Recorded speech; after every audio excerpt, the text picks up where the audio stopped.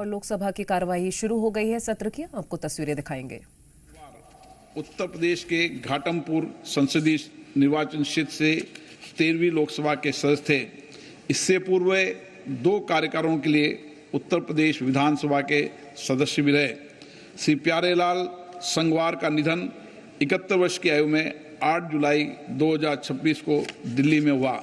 सभा अपने 6 पूर्व साथियों के निधन पर गहरा शोक व्यक्त करती है और शोक संतप्त परिवारों के प्रति संवेदना व्यक्त करती है। माननीय सदस्यगण, मुझे अत्यंत दुख के साथ सभा को कतर के फादर अमीर महामहिम शेख अहमद बिन खलीफा अल थानी के निधन के बारे में भी सूचित करना है। महामहिम शेख अहमद बिन खलीफा अल थानी ने जून 1995 से जून 2013 तक 18 वर्षों तक कतर के अमीर के रूप में कार्य किया। उन्होंने आधुनिक कतर की नींव रखी और उसे विकास और समृद्धि की महान ऊंचाइयों पर पहुंचाया। उन्होंने भारत कतर संबंधों के संवर्धन में भी महत्वपूर्ण भूमिका निभाई। महामहिम शेख अहमद बिन खलीफा अल थानी का निधन 74 वर्ष की आयु में 12 जुलाई 2026 को निधन हो गया है। सभा महामहिम अमीर शेख अहमद बिन खलीफा अल थानी के निधन पर कतर के लोगों और शाही परिवारों के प्रति अपनी गहरी संवेदना व्यक्त करती है। अब सभा दिवंगत आत्माओं के सम्मान में मौन रहेगी।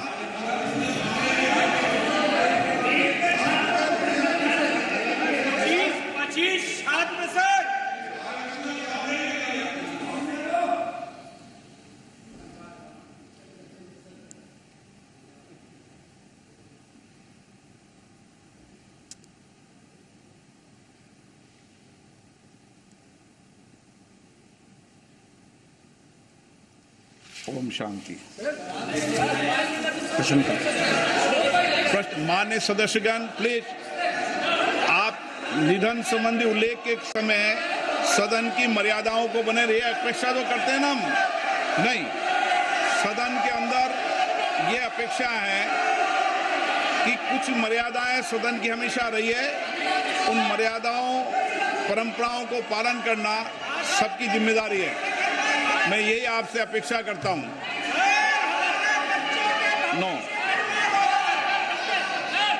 मेरी सदन में हमेशा ये अपेक्षा रहेगी कि सदन की परंपरा और प्रतिष्ठा को बनाए रखें। मैं सबको उचित समय देता हूं। सार्थक चर्चा हो, संवाद हो, तर्क हो, इसके लिए संसद है। आप तर्क से चर्चा करें। नारेबाजी से संसद की मर्यादा नहीं बनती है। प्लीज।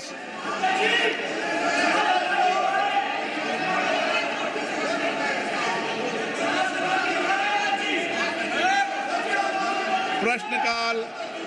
प्रश्न नंबर 1, धवन लक्ष्मण भाई पटेल। धवन लक्ष्मण भाई पटेल। प्रश्न नंबर 1।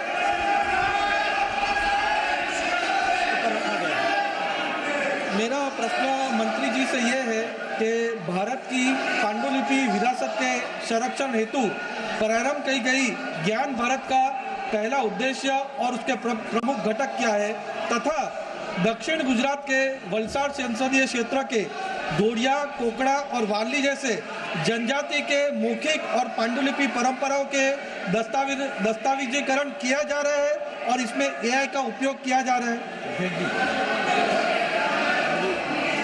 माननीय अध्यक्ष महोदय, विरासत हमें दिशा भी देता है, विरासत हमें दर्शन भी देता है और इसलिए मोदी जी ने विकसित भारत की जब कल्पना करी तब रेड फोर्ट से अपने उद्बोधन में कहा था कि हमें विकसित भारत बनाना है।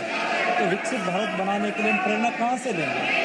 मोदी जी ने प्राण लिलवाते हुए देश को कहा था कि हम विकसित भारत बनाने के लिए संकल्प करेंगे, विकसित भारत बनाने का। दूसरापन दिलवाते हुए गुलामी की मानसिकता को छोड़ने की बात कही थी। और तीसरा प्रण दिलवाते हुए मोदी जी ने कहा था कि विरासत से प्रेरणा लेकर हम विकसित भारत बनाएंगे। हमारे मैन्युस्क्रिप्ट हमारी विरासत है और ये आज मंदिर के रूप में, शोध संस्थान के रूप में, महाविद्यालयों में, मठों में, जैन भंडारों में और निजी संग्रहालयों में हमारे मैन्युस्क्रिप्ट है। ये मैन्युस्क्रिप्ट को हम ज्ञान भारत मिशन के द्वारा उसको आरक्षित करने के लिए, डिजिटलीकृत करने के लिए, रिसर्च ड्रिवन बनाने के लिए, जन सुलभी बनाने के लिए मोदी जी ने ज्ञान भारत मिशन का लॉन्च करा और ये ज्ञान भारत मिशन के द्वारा देश में आज 1 करोड़ से अधिक मैन्युस्क्रिप्ट का सर्वे करा गया।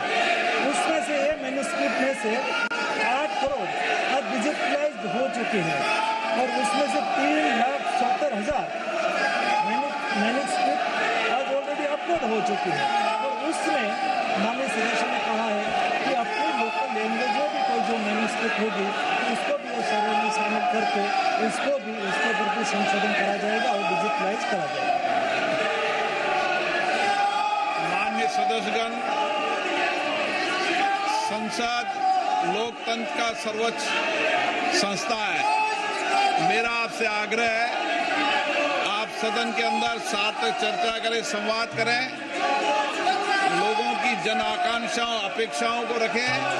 मैं सभी माननीय सदस्यों को उचित नियमों के तहत पर्याप्त समय, पर्याप्त मौका दूंगा। मेरा आपसे आग्रह है कि तख्तियां और नारेबाजी से सदन की मर्यादा नहीं बनती है। मेरा आग्रह है कि सदन का प्रथम दिन है और इस परंपरा को तोड़ना चाहिए कि प्रथम दिन सदन नहीं चलेगा। मैं हमेशा आपसे आग्रह कहता हूं कि आपको पर्याप्त अवसर, पर्याप्त समय मिलेगा। नियमों के तहत नोटिस दीजिए, सदन नियमों प्रक्रियाओं से चलता है। मैं आपको पर्याप्त समय दूंगा। अभी प्रश्नकाल है, प्रश्नकाल के अंदर नारेबाजी करना, तख्तियां लहराना उचित नहीं है। आप सब वरिष्ठ सदस्य हैं, प्लीज आपसे आग्रह है कि अपनी सीट पर बैठें, सदन चलाने में सहयोग करें। सदन नहीं चलाना चाहते, प्रश्नकाल नहीं चलाना चाहते, चर्चा नहीं करना चाहते, सदन की कार्रवाई आज 12 बजे तक के लिए स्थगित की जाती है।